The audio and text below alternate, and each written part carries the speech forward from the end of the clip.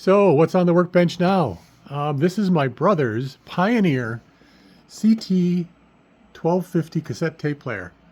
It has a nice fluorescent display for the, instead of VU meters, instead of the needles that go up and down, it has the, well, I can show you.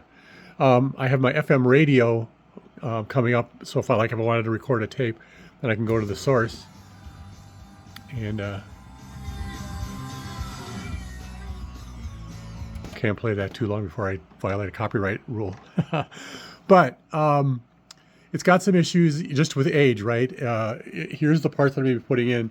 There's two round belts.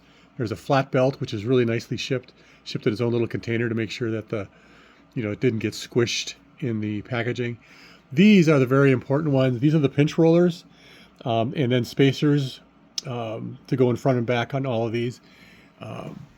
So they're the main caps. I don't know if you can see, probably can't see it, but this motor is actually turning.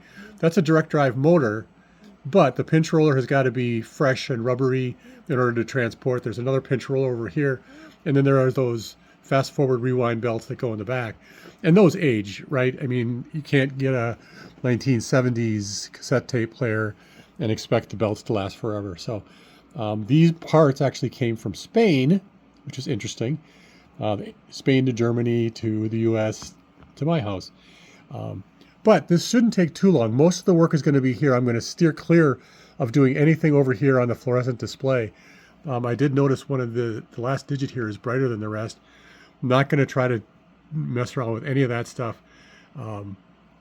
Just work on the belts and the transport mechanism and get it fully functioning again, because I don't get it to go forward and reverse currently.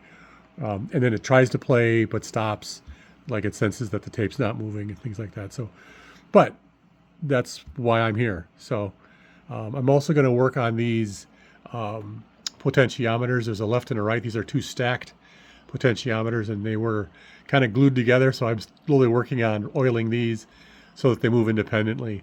There's a left and a right. The front is left and the back is the right. But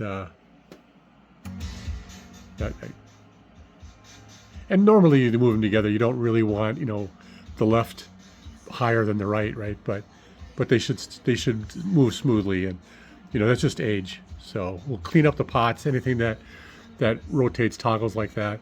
These switches will be looked at and cleaned. We'll clean the input jacks just to make sure there's nothing in there.